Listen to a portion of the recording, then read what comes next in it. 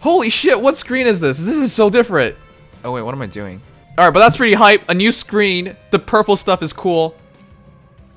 Oh boy. Wait, we got baited. I always pay my debts. That's how I do things. Okay, he transforms and he goes God mode. 63 attack. Oh, that's so high. Hawking Claw, Draconic Aura, Sturdy Impact. I just saw attack +6 and defense +10. I can hardly control myself. Wow. Force's song. Forest's voice. I hear it. But it says Laguz Lords. Those aren't Laguz Lords. The Crane twins aren't Laguz Lords. They're very different. But I think that's really interesting that they're going with, you know, the Crane twins. Because they're dancers. The Herons, I mean. They're dancers. And it's really, really early. Hone Beasts. Holy crap. Not hurt? No? Already? That's so fast. We herons are optimistic by nature. You know, if you guys remember for, like, dragons, Hone Dragons, how long did it take for that to happen? Everyone has 3. Wait, they can attack? This is wrong. Fortify Beasts, this is so wrong. They can attack. They couldn't attack in their own game. What the fuck?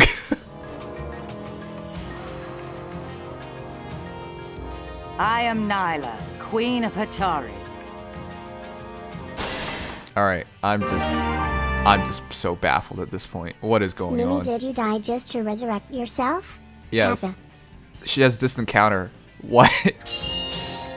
I'll dye my fangs red. Okay. That is a shit ton to take in. And they're part of the story. Okay. Okay. I am just absolutely confused. Beast units, I understand. I understand there's a lot of hype build up for this. And I understand that they have to deliver. And I understand that they have to be special. But for them to come out of the gate with Hone and 4 or 5 beasts, immediate support. Like, if keep in mind, guys, dragons had to wait till Mer before Hone dragons. How long did that take? You know, basically a year, right? They come out immediately with support. Not just any support. It's the Herons. And the Herons, they have what? They can sing. And apparently they can attack. What? They couldn't attack in Path of Radiance. I mean, Radiant Dawn. They couldn't attack in Radiant Dawn. At all. They were just like, you get hit. The biggest thing about them in Radiant Dawn was that you can like dance, like, or sing. I mean, sing, sorry. So you sing dance. You can sing multiple units. You just, if you're like nearby like 2 units that are like use their turn, they would just sing all of them. Or if you surround them with everybody, you could just sing everybody. Like that was a really useful, important thing about them. And the banner's name is Rulers of the Laguz. How badly did you get baited? Where's Nailah? And oh crap! Oh, I keep forgetting the one, the lion one, Kaningas. Oh crap! I can't even say his name anymore. It's been so long since I played the Telia series. Where is he? He's a ruler of the Laguz. Why is he not here? I'm just so confused by all of that. That is just, what? Okay. Here's the thing. I don't think, at this point, I really don't think the people who are making the heroes in Fire Emblem Heroes have played the Fire Emblem games of the heroes that they're making. I'm sorry, but like I really think that's a big thing because it's a big point of the Herons to be unable to attack. Now understand, in this game, it's not like you can't nobody can literally equip no weapon. Well, you could remove your weapon, but nobody comes with literally no weapon. I understand that, but you've just completely changed the dynamic of those two by giving them a weapon. They should have stayed unarmed, really. But all right, sure. But the Rulers of Laguz is just a complete bait because you read that title and you just expect all 4 Rulers of the Laguz. So, all right. I mean, we'll move on from there. Let's break down everything bit by bit. But the immediate look is that the skills are kind of insane, and the stats, they already look so good. So here we go. I'm not triggered. I'm just surprised by the direction they went with. It's so fundamentally different from how the games were. I feel like if you're going to make heroes of the games, you gotta keep the soul aspects, like the important aspects of them. And especially with beast units being such a new thing, I guess you could make that change, but it just feels very strange as somebody who's played through the games, you know? Healers can't attack in FE, but they can in FEH. That's not true. Healers could attack. Healers could absolutely attack. They could use tomes and stuff. So when they attacked in this game, it still made sense, but sturdy impact. What? That's armor blow plus death blow plus no follow up? I don't know. A foe cannot make a attack. How broken can you get? I'm sorry, like, if you can learn that skill off of him, you've just broken the game. I hope it's beast unit only, because if you can put that on anybody, you've just broken the game. Plus 10 defense just makes just about every hero viable. Like, if you have around 30 defense and you're now 40, damn.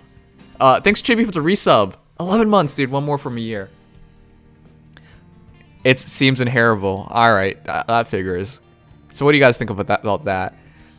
My personal opinion is that the meta is going way, way too fast. Even for whales, how do you keep up? You are literally just paying money to stay caught up in this game now. Yes, you don't need the skill. But if you really want to keep up in like tier 21 arena, or you want to stay competitive in like top 1000 and all that stuff, you kind of need these new skills with all the points. Not to mention, this is a big game changer.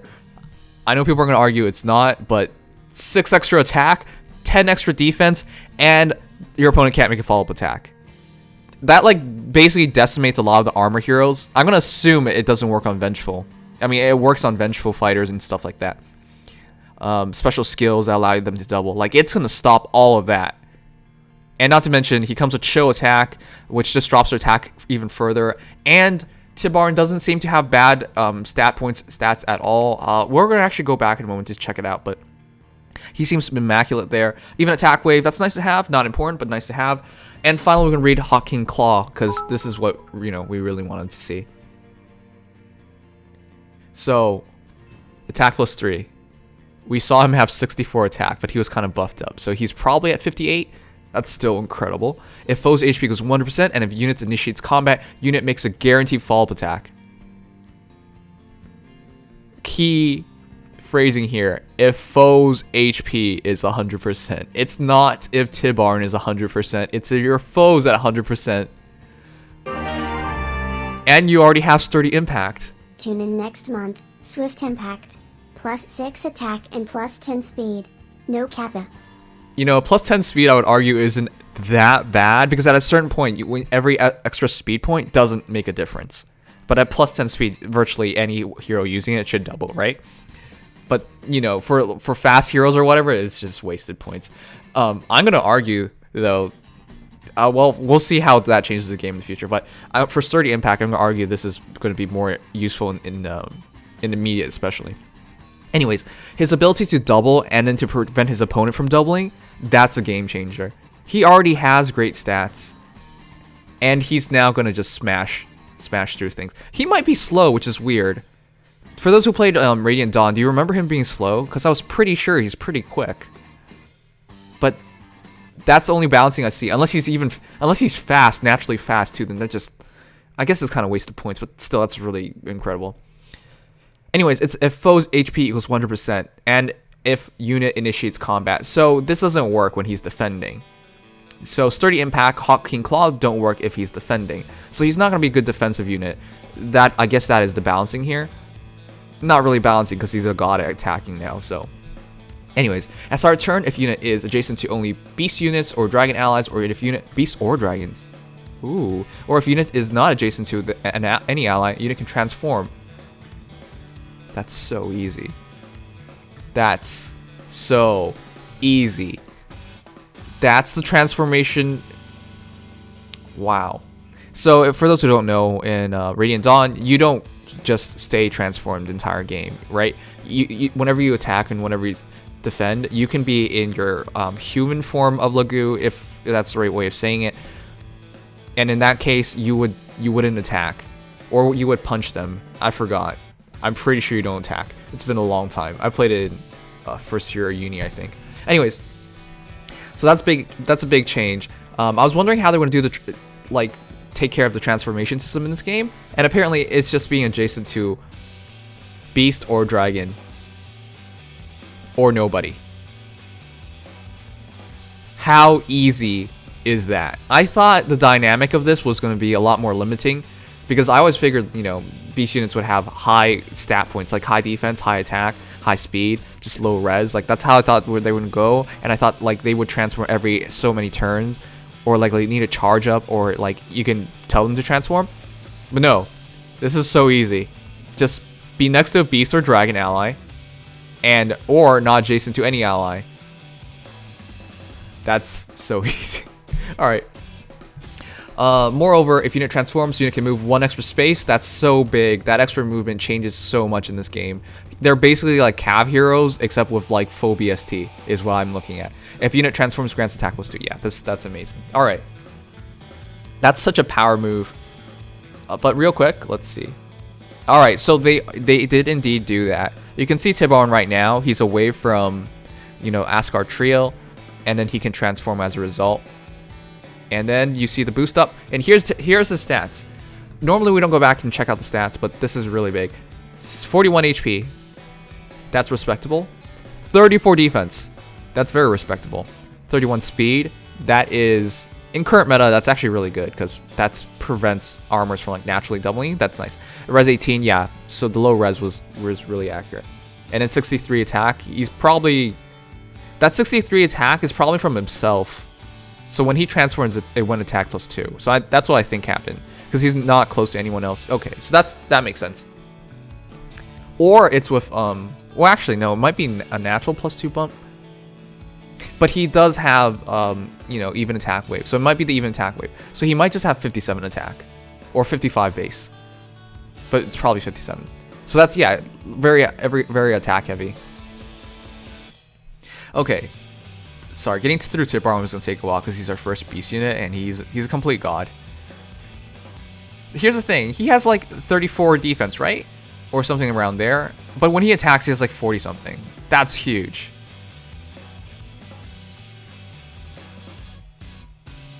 Yeah, he wouldn't transform if you give him a Hone Flyers buff. That's the only problem, unless you have one of the beast units use that instead, which you of course do.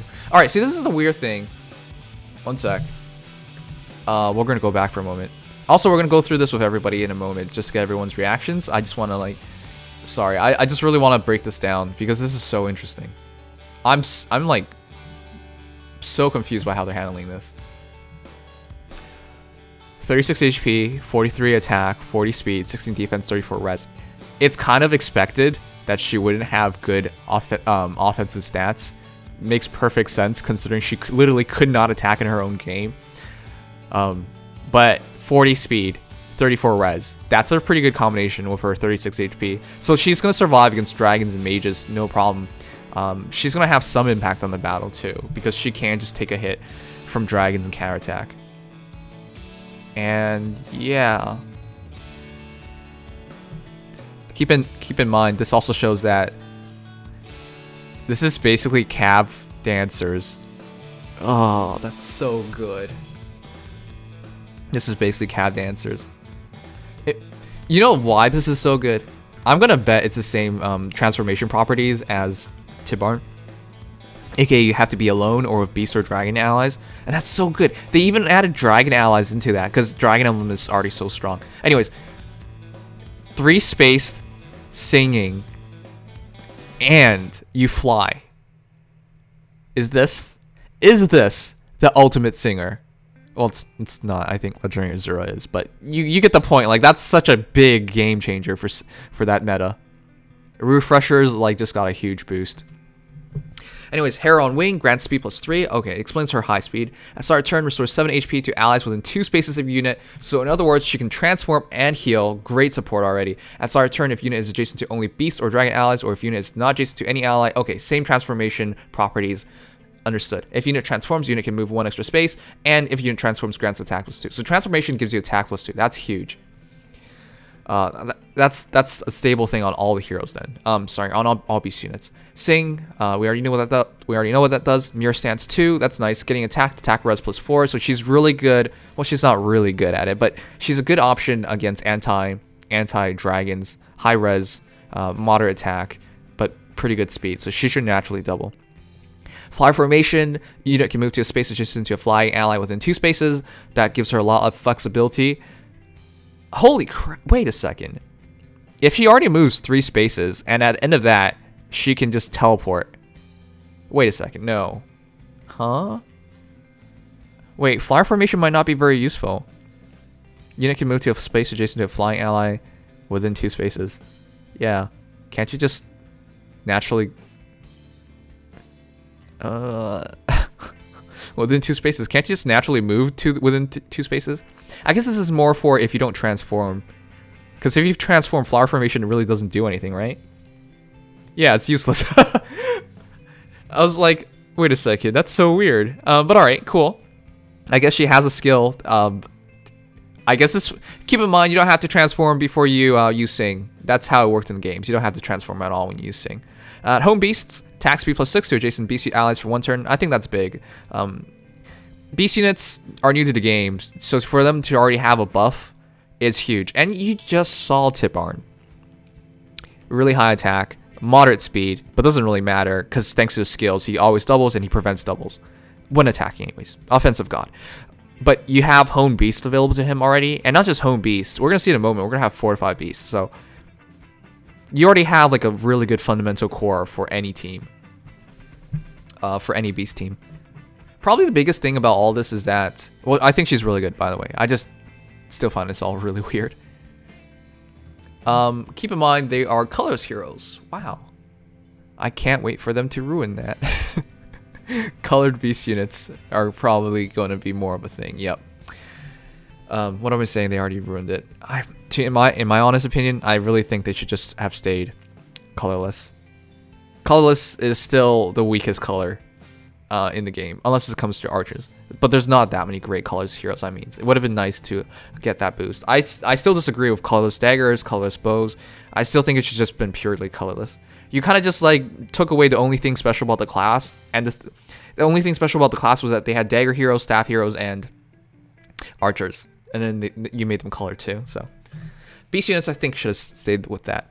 Anyways, Green Beast. Yeah, this is what really got to me. He's attacking. It's so weird. Do you guys think they're getting demoted? That's a really good question. Demotions would be huge. Demotions would be huge because I don't think there's a big difference between Reyson and his sister. Leanne? I don't remember. It's been so long. But I don't think there's... It's not been so long. It's been like 1 minute. But I don't think there's going to be a demotion. I think beast units are going to stay exclusive for a while. There doesn't seem to be a good demotion here. If you have 4 to 5 beasts available relatively easily, beasts just got a huge boost. It's just like dragons. Imagine if 4 to 5 dragons was a 4-star skill. Well, they gave away Kana, but that's kind of different. But what I'm saying is, I don't think there's going to be a demotion. Everyone seems too good. Everyone absolutely seems too good for a demotion. But you guys are right. If you go off by like traditionally, if they only have like 2 skills, there's a good demotion chance. But steady posture, 4 to 5 beasts. But if he does demote, steady posture is a good skill. It's a good skill. Speed and defense are the biggest 2 defensive attributes. I guess dragons are things, so you know, speed res, defense res will also be really high up there. But speed defense is really good defensive attributes. You might prevent the double, and you might take less damage. So that would be, if that skill dropped to the 4-star pool. Not to mention 4 or 5 beasts being available. That's huge. Anyways, hair on wing appears to be exactly the same as his sister, so he is not as good as his sister, I would say. Crap, we didn't even check out stats. He's probably going to be very similar. I'll go back. 45 attack, 37 speed. Okay, so he's a bit slower, but he has a bit more attack, which I would argue is probably better because you don't want to. If you don't want to actually use them to attack, if you're attacking, you're not singing. In fact, I think you want to just use them defensively where you're getting attacked. In which case you had a 41 speed, 45 attack, and you know 28 defense. That's pretty respectable. Okay, but yeah, that's Reyson. Very similar to his sister, just slightly different stats. And instead of I'm gonna argue the B skill for flower formation doesn't really matter, so they're basically the same. Nailah, fan favorite. What do you guys think of her art? Here's something I always remembered about her. Her big, chunky ass thighs. I'm glad the artist recognized one of the most stunning aspects of her and kept it. She still looks like a queen. So for those who don't know, in Path of Radiant Dawn, she's taking care of the Herons. She's taking care of the male one, Reyson in particular. Anyways, let's start this. We'll start with the skills. She comes with this encounter. That's a big change. Rest in peace, Hector. You are no longer the most special hero in the game. Well, I mean, there's so many Hector iterations in this encounter. That was where you got him from. Free got it. Now Nailah. Null C disrupt. Neutralize status effects and disable skills that prevents counterattacks during combat. Neutralize the status effects. Hold on. Did they already kill Null follow up? Is this already like power creep? Neutralize status effects and disable skills that prevents counterattacks during combat. Oh, no, it's not. It's not. Okay, sorry. I read it wrong. Yes, it destroys staff heroes because they can no longer prevent. Like, yeah, Veronica would get cut off by this. Fire sweeps weapons would get cut off by this. All right, sorry, my bad. My bad. I just read this and I was thinking like, wait a second. But okay, it's different than null follow-up. All right. 2 null skills, but again, here's the thing, guys. The null skills are a great series of skills. It helps balance out the meta drastically. The only problem with all of that is they're 5-star locked. All right, so I know people are arguing like, oh hey, you know, they're trying to do their best to balance out the armor meta. I don't know if you have to like go pull for Nailah, and it's how can you just pull her and just fodder her off for null C disrupt? Unless you're a whale, you can get a bunch of copies of her. But for a normal player, like you try for her, you get her. Do you actually fodder her off for her B skill? How many orbs do normal players even have at this point? You know, with the Legendary Heroes banner for Legendary Azura being game changer, the Winter banner, the New Year banner, now the Beast banner. Can you really afford a multiple copies of Nailah? Or can you just make the decision to fodder her off just for null C disrupt? I really don't think. What I'm just saying is, I really don't think this is balancing out the meta. Like it balances out for whales mostly, but for the average player, it's not really an option. And you can just look into the drift banner. Like, has it come back? You know, have we gotten more chances than null skills? No. But eventually, of course, they'll be back. I'm just saying, like, it's not really balancing out the game for most players. Yeah, most of you guys wouldn't do it too. Anyways, glare. After combat, you can attack, inflict status on target and foes within 1 space of target, restricting movement to 1 space through their next actions. What? I'm actually so surprised that they didn't do this earlier. That's basically a B skill in your C slot. This is like, yeah. this is basically a B skill in your C slot. That's so cool. She has 2 B skills basically.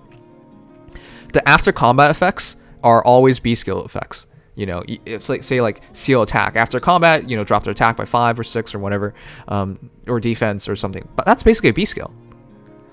And that is so good because your C skill doesn't really help yourself. This helps yourself. If you use glare, say you run Nailah into an enemy team and you just attack them straight on, and they have like side by side, like 3 heroes side by side. All of them can now only move 1 space. Basically, that means all of them can only attack Nailah unless they're ranged. What doesn't even matter if they're ranged. She has this encounter. That's so cool. So that really, this is like obstruct but more useful in a way, because if you attack, they basically can't pass her. I guess that's one way to interpret it, right? But yeah, glare is really useful because that can protect your backline heroes, and it could just force everyone to attack her, leading to very easy clears. And it's basically a B skill in a C slot, so that's great combination. Nailah is the GHB. Nailah is the GHB. Oh shit! Wow. Wait. How can she be the GHB? But I'm pretty sure you can like decimate GHBs.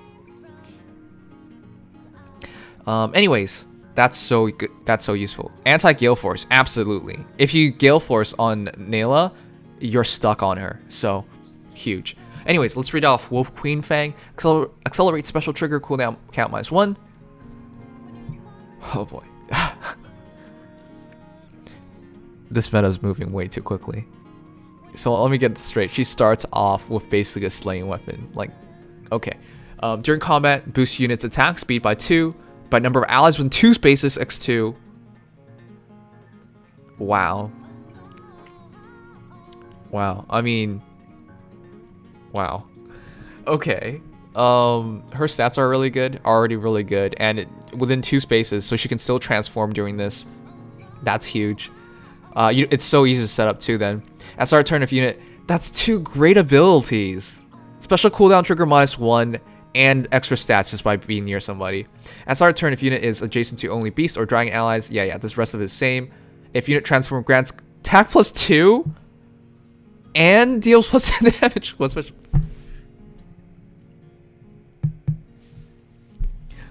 What is this? Like 3 effects? So let me get this. Let me get this straight. You basically have like, say, you know, a slaying dagger, or you know, Kagami Mochi, or Barb Shuriken. I'm not even sure why I'm looking at it through daggers, but you get the point. You get basically an improved Granel effect, but just for attack and speed. I guess, sure, that's huge too. And you get attack +2 when you transform, and you have that Wu Dao effect with +10 damage with special triggers. Guys, what even is the meta if you just break it like every banner? It's not literally broken, of course, because these heroes don't literally break the game, but that's so much. How many effects does Nailah trigger when she goes into combat? How many? Because she has like 4 in her weapon alone. She has this encounter, she has null, sea disrupt, and she has glare. Like this, just fighting her presents so many challenges because she can do so much. Of course, you could probably knock her out in 1 shot, because we'll go back and check out her stats in a moment, but that's so much.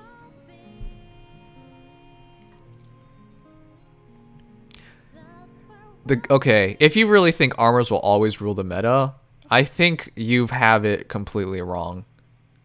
Completely.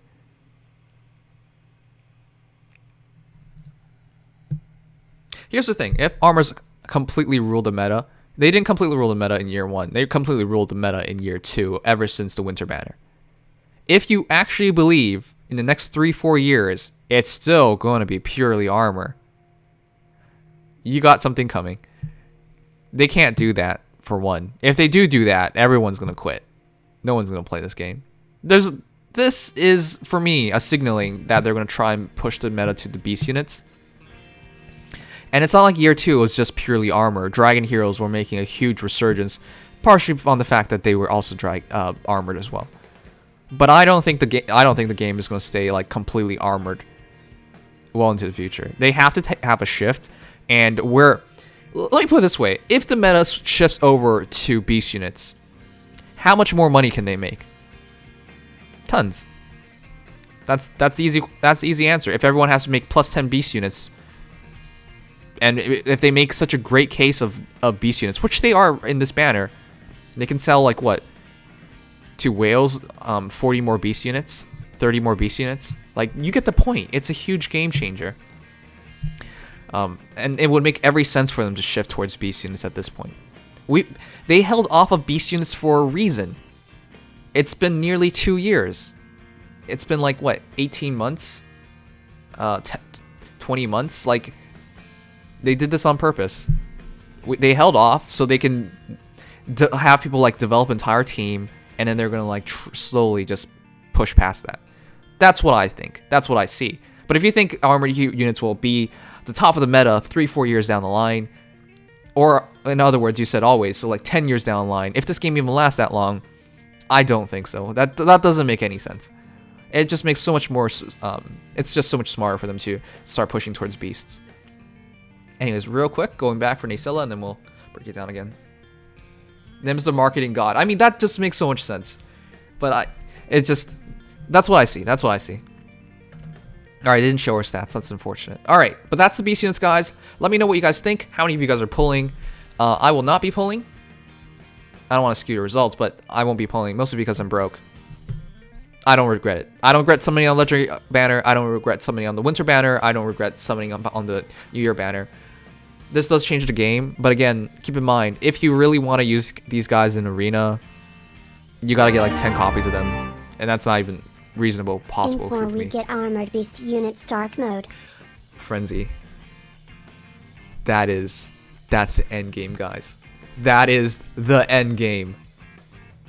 5 years down the line, we have armored beast units.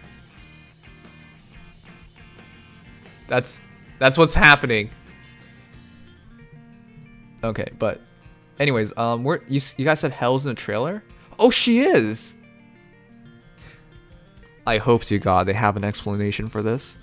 I hope they have an explanation for this. Come on, think about it. Why the hell would Hell be with the Laguz? Please don't say, "Oh, we're under contract." Please don't say that. I hope they do something like, "Oh yeah, historically we've always been allies. Hell and the beast units have been together since ancient times." You know, something like that. You know, it wouldn't really seem sensible, but they could have a partnership of some sort. But if you tell me it's contracts, I will be immensely disappointed. The biggest thing this game needs to improve on, I would say, is not the units. It's not the pace of putting out units. It's not like the special banners being too focused on like making made up characters. It's the fact that they need to improve the writing. The writing is the sore point in this game. And here's the thing. The worst thing about the writing is that the writing isn't very good, but they also take forever to get to the writing. So if we get like a new chapter every month or so, and it's just like 20 lines, 20 sentences in total, you know, it hardly matters. And it's not like the stories have been so deep so far. So they need to push the pace of the story, and I know that pushes the pace of orbs, but you should be happy about that, and that's what they should be doing, in my opinion. So yeah, realistically, I think they should be able to get through 2 books a year. 1 book a year is just too slow. If you take a month between each chapter, the hype is entirely dead. It's like, oh, hey, here's the clincher. 4 weeks later. What happened in the last chapter? You know what I mean. Like, that's not a good idea, in my opinion. Anyways, that is the banner. We'll check it out with everybody in a moment. Sorry I took so long on this. I had a lot to say, apparently.